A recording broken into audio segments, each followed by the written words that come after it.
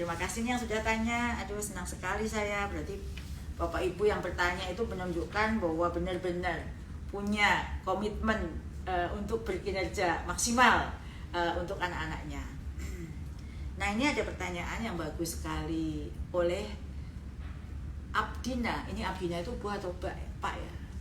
Mbak Abdina ya. Bu Abdina 2021. Halo Bu Abdina. Ngajar di mana Bu? Sudah ASN ya? P3K atau PNS? Nggak penting itu status, yang penting ASN ya. Jadi pertanyaannya, semisal RHK kita mengambil 44 poin, ternyata hanya terpenuhi 32 sesuai dengan poin minimal. Apakah ini masalah Bu? Pertanyaan Bu Abdina. Ini pertanyaan bagus sekali nih, supaya menjadikan informasi juga buat yang lain. Jadi sebenarnya tidak masalah. Jadi kalau RHK nulisnya 44, tapi pada saat nanti sampai Juni gitu kan ya Mbak Bu Abdina, itu baru tercapai 32 gitu, tidak masalah, karena pemenuhan poin pengembangan kompetensi adalah 32, itu sesuai ekspektasi. Dan ingat, pengembangan kompetensi adalah faktor yang dipertimbangkan, bukan dinilai. Centang aja sudah 32. Yang terpenting sekali lagi, perubahan praktek kinerja di sekolah. Jadi nggak usah berlomba-lomba untuk berlomba-lomba untuk ngumpulin sertifikat. 32 saja sudah cukup, dan itu sudah memenuhi syarat. Nah, saya lanjutkan terlebih dahulu ya Bapak Ibu. Nah, tadi masih nyambung dengan yang sebelumnya. Jika pengumpulan sebanyak-banyaknya pengembangan kompetensi bukan tujuan, seperti tadi saya sampaikan, dari pengelolaan kinerja, bagaimana sih sebenarnya esensi pengembangan kompetensi dalam pengelolaan kinerja yang sekarang? Nah, ini berarti saya bilang ya, yang paling penting praktek pengembangan kompetensi, pertimbangan. Lalu sebenarnya apa pengelolaan kinerja ini? Bedanya dengan yang sebelumnya ya. Jadi saya kembali mengingatkan bahwa pengembangan kompetensi itu merupakan salah satu aspek dalam rencana hasil kerja atau RHK. Sedangkan RHK itu sendiri banyak aspeknya, ada beberapa aspek yang ini dapat dilihat di dokumen hukum lah, di dalam Perdirjen ya 7607, atau dapat dilihat di Juknis tentang pengelolaan kinerja guru dan kepala sekolah. Jadi pengembangan kompetensi itu hanya salah satu, dan perlu saya tekankan bahwa RHK tentang pengembangan kompetensi itu lebih detailnya. Kalau Bapak Ibu ingin penasaran nih, ingin tahu lebih detail, itu bisa dilihat di Perdirjen tersebut atau di Juknis tersebut di pasal 14. Di situ apa saja sih pilihan-pilihan yang dapat dipilih oleh guru dan kepala sekolah untuk pengembangan kompetensinya. Gitu ya. Lalu pertanyaannya, gimana cara milihnya? Simple sekali. Jadi ada beberapa aspek yang bisa dipertimbangkan untuk memilih RHK untuk pengembangan kompetensi ya. Yang pertama, kalau mau pengembangan kompetensi ya sesuai dengan minat Bapak Ibu dong, ya kan? Sesuai minat kita. Yang kedua nih, harus realistis. Makanya tuh waktu pada awalnya harus mikir nih, kemampuan saya sampai Juni itu yang fokus dalam pembelajaran tapi tetap melakukan pengembangan kompetensi itu apa yang realistis yang dapat dilakukan selama 6 bulan. Jangan isi 100, tetapi beban mengajar Bapak Ibu juga banyak. Jadi yang realistis tuh berapa dan apa dalam 6 bulan ke depan yang dapat dilakukan nih sampai di Juni. Kemudian variatif, jadi jangan terus semuanya webinar gitu ya. Anda dapat milih beberapa variasi dari RHK yang tentunya realistis dan sesuai dengan minat Anda. Jadi lalu RHK-nya itu apa saja sih? RHK dari pengembangan kompetensi ini bermacam-macam. Misalnya nih Bapak Ibu yang jadi jawarannya PMM, yang sering melakukan pelatihan mandiri gitu ya. Jadi pelatihan mandiri di PMM misalnya, itu menjadi peserta program pelatihan dan pendidikan jangka pendek dan menengah di bidang kepemimpinan dan bidang teknis yang relevan. Apalagi partisipasi dalam seminar, lokakarya, konferensi, simposium, studi banding lapangan yang diselenggarakan di bidang pendidikan.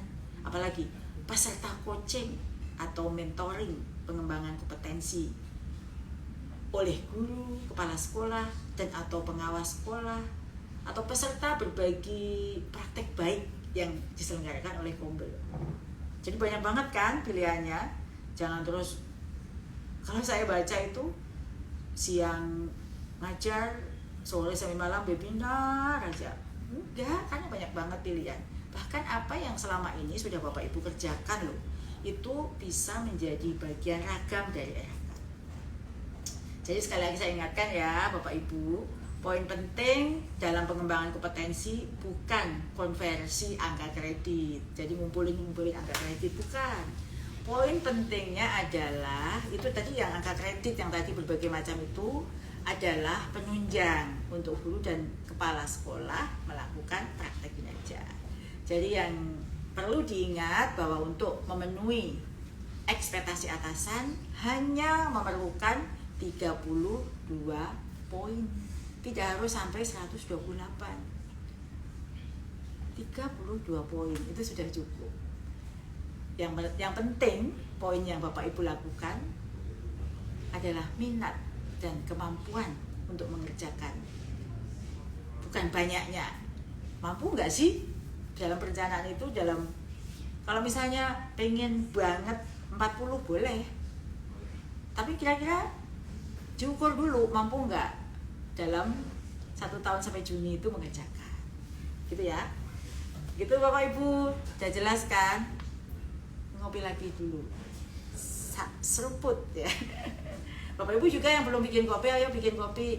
Mari kita beradu kopi dari masing-masing daerahnya. Tidak ada kopi yang tidak enak dari seluruh penjuru Indonesia. Saya sudah coba semuanya. Ya, selanjutnya ini ada pertanyaan bagus sekali dari Joanna Mars. Ibu Joanna, apa kabar? Semoga Bu Joanna sehat selalu, penuh semangat menyelesaikan penilaian perencanaan kinerjanya ya Bu ya.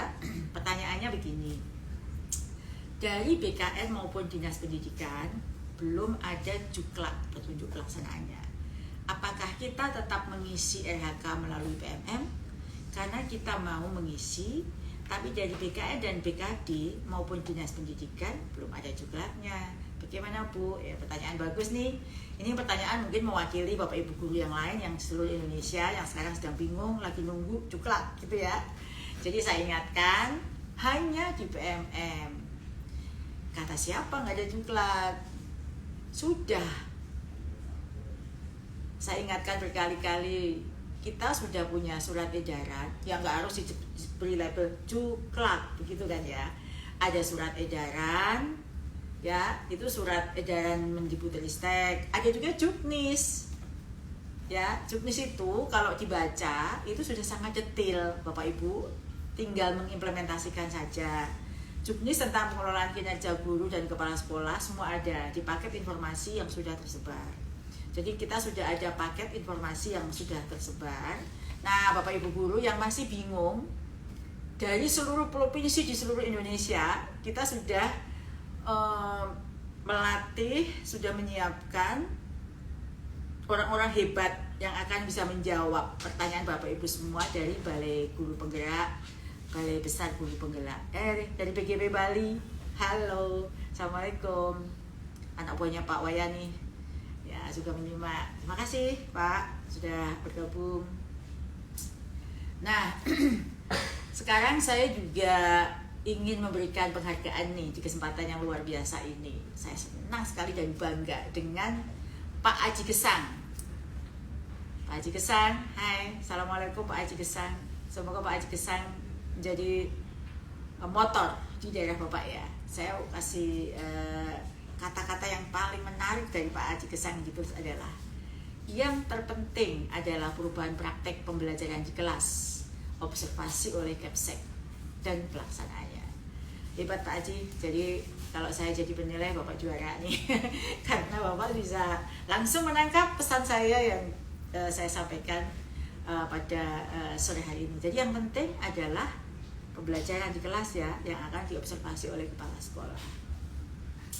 Saya mau lanjutkan lagi seperti sebelum menjawab beberapa pertanyaan yang sekarang muncul di layar saya ini. apakah bukti dukung pengembangan kompetensi harus selalu dalam bentuk sertifikat? Ini banyak banget pertanyaan semacam ini.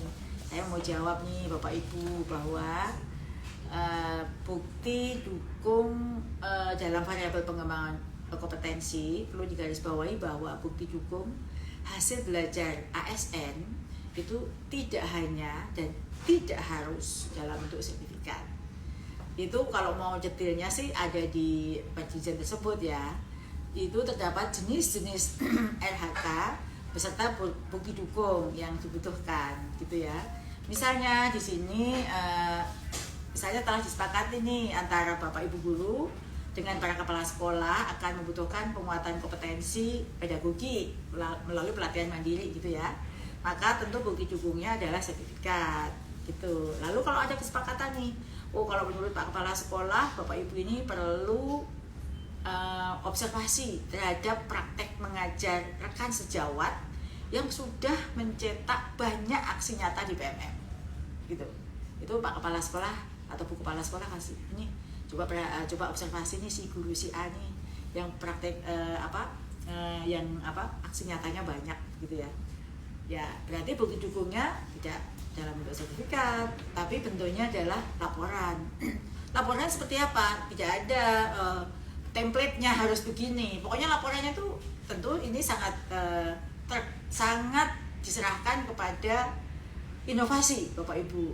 Ya, jawabannya ya fleksibel banget. Tidak ada template harus begini, seperti ini, isinya harus kata pengantar, pendahuluan, tidak ada kunci atau template sama sekali di sini.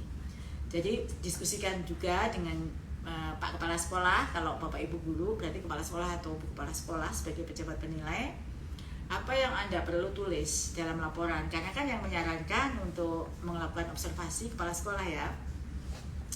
Jadi macam-macam tergantung rekomendasi atau saran dari Kepala Sekolah. Apa itu tadi, laporan tadi, observasi tadi bentuknya apa gitu. Gitu Bapak Ibu, semoga bisa menjawab ya pertanyaannya ini dan bermanfaat untuk Bapak Ibu semuanya. Nah Bapak Ibu yang saya hormati, di dalam terkait dengan bukti dukung tadi, saya ingin kembali menegaskan kepada Bapak Ibu semuanya bahwa jangan hanya fokus memikirkan tentang jumlah, tentang nilai atau teknis. Ya, kita sekarang sudah bukan di era fokus jumlah, nilai dan teknis. Di sini setiap ASN, guru dan kepala sekolah gitu ya, diberi kebebasan untuk memilih kira-kira bidang apa sih yang perlu saya tingkatkan. Ya, keterampilan baru apa yang perlu saya pelajari? Bagaimana cara saya melakukannya? Apa kira-kira manfaatnya bagi siswa saya nantinya? Jadi semua yang kita lakukan kan bukan untuk kita sendiri kan ya, tapi untuk membantu melakukan pembelajaran, melakukan perubahan, pembelajaran yang terdiferensiasi. Apa yang kira-kira bermanfaat untuk siswa saya? Ini yang harus jadi fokus. Jadi bukan cuman nilainya berapa, caranya bagaimana, jumlahnya, poinnya berapa gitu. Ingat ya.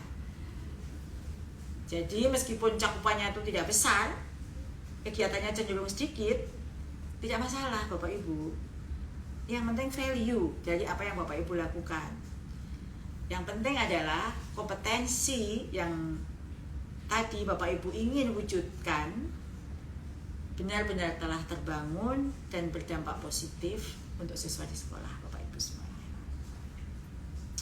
Itu Bapak Ibu, ingat ya, sekali lagi semangat Bapak Ibu ya. Ini ada